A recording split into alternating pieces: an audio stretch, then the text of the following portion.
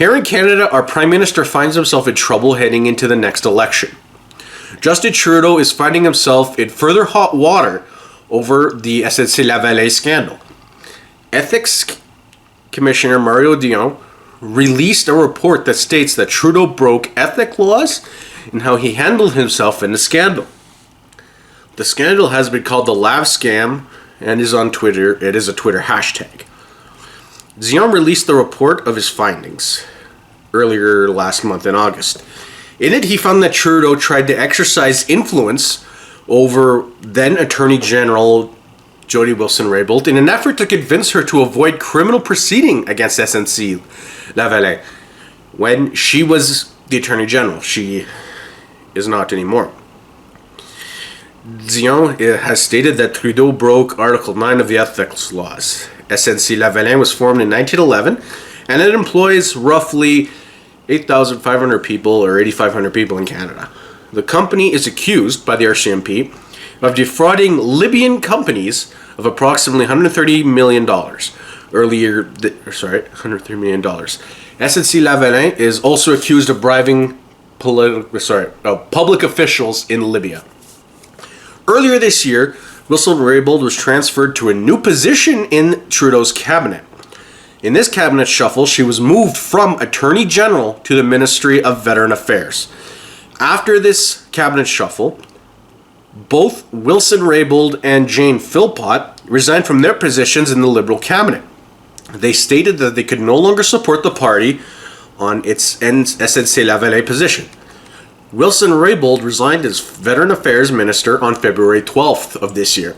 Philpott resigned from her position in the cabinet of President of the Treasury Board on March 4th. Amid these allegations that Trudeau is facing, Gerald Butts, the Prime Minister's principal secretary, resigned on February 18th. He denied all allegations that the Prime Minister's office tried to pressure Wilson-Raybould on the SNC Lavalin file.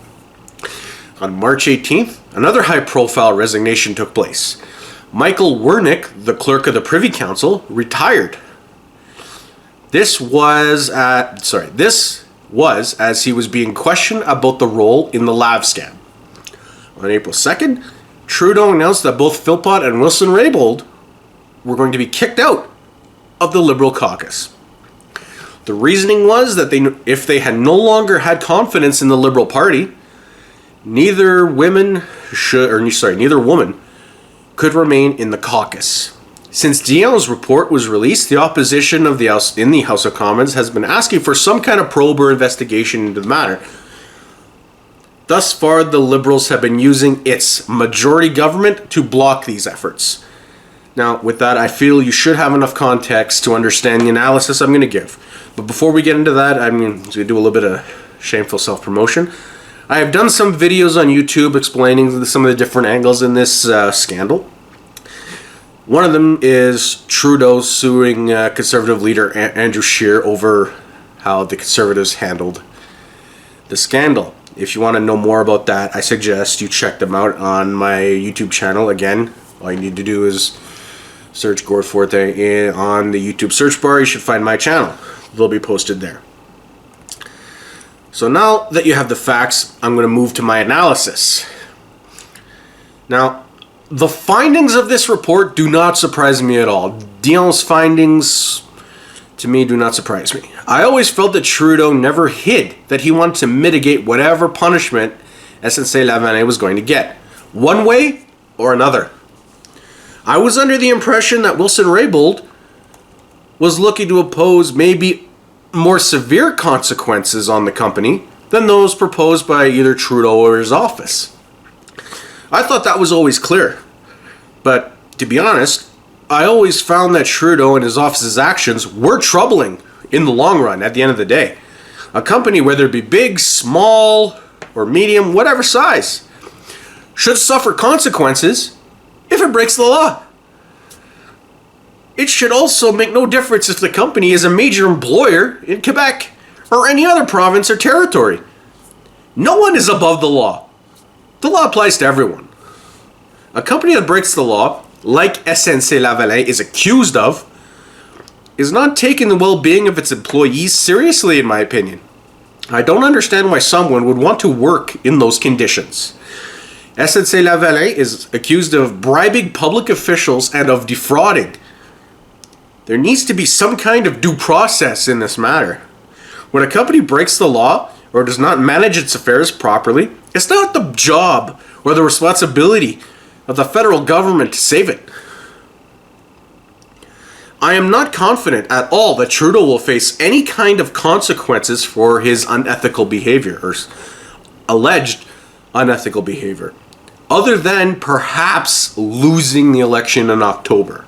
And if the loss is bad enough, maybe losing leadership of the Liberal Party.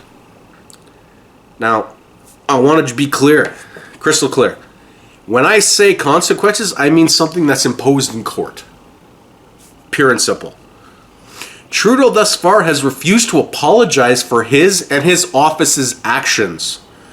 He has stated that he understands how Dion reached his conclusions, but the Prime Minister still feels justified in his actions. He reiterates constantly that he was trying to save Quebec jobs. Trudeau is the MP of Papineau. That's a Quebec riding. If I'm not mistaken, and I'm sure somebody will correct me if I'm wrong, I believe that's in the Montreal area. I understand that as a Quebec MP, Trudeau would want to preserve Quebec jobs. Everyone should understand that to a point. The problem is, he has to be a Prime Minister for everyone, not just Quebec. The fact that he is a Prime Minister and his company, he is a Prime Minister and the company are both from Quebec, gives way to the suggestion that there is favoritism from this Prime Minister's office towards Quebec. That's unacceptable. There are a lot of votes available in Quebec. I'm not going to dispute that. But that province is not more important than any other province or territory in Canada. One region is not more important or more valued than the other. Pure and simple. Each province or territory deserves just as much help and support from the federal government, regardless of where the current sitting Prime Minister lives. Period. I feel Trudeau should have lost public support over this. But to be honest, I doubt he has. I doubt that the people that identify with the party strongly or are lifelong Big L liberals would vote against Trudeau or say that they've lost confidence in him. I feel too many people are ready to defend their team against findings or accusations of wrongdoing, but would never extend the same courtesy to the opposition when the circumstances are the exact same. It's extremely frustrating. Breaking the ethics laws is the same, regardless if you're a liberal, a conservative, or from any other ideology or political party. The same people that demanded then Prime Minister Stephen Harper resign in 2011 when his minority government fell when he was found to be in contempt of Parliament are defending Trudeau here. It's maddening. This is hypocrisy. It's obvious and it's shocking.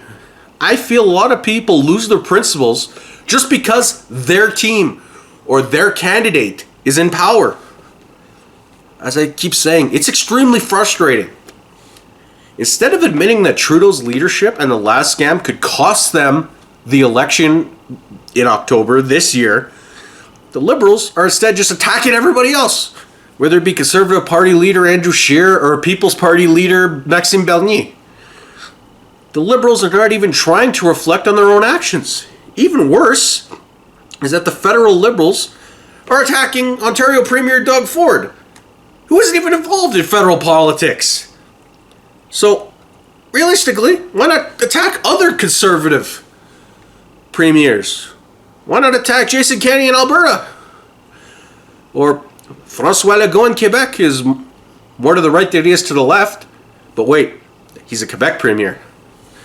I don't think Trudeau would attack Quebec's premier even if they were ideologically opposed.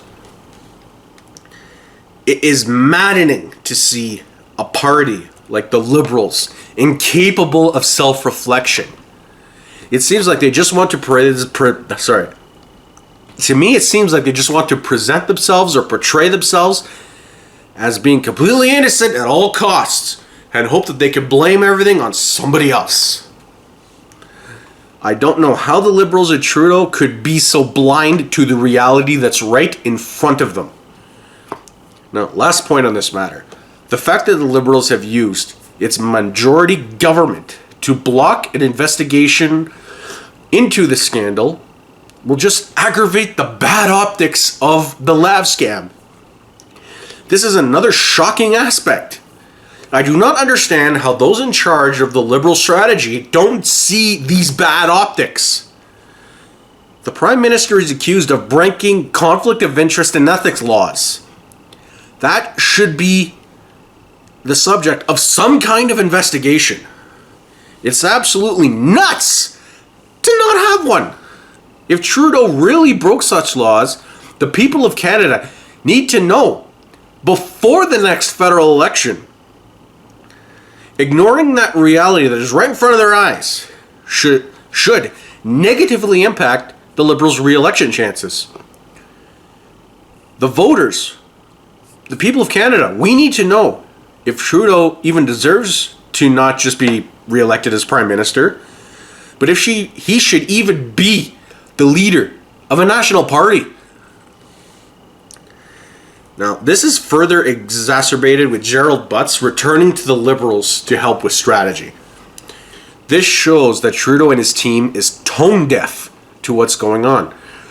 Trudeau's legitimacy as party leader is an important question we all need answered if any Canadian wants to cast an informed vote. But in the end, as I said, I'm not that convinced that this scandal will do much to sway people.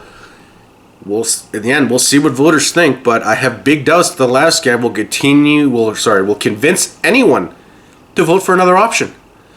I personally think these new developments will just reinforce someone's support or opposition of Trudeau and the Liberals, and nothing else.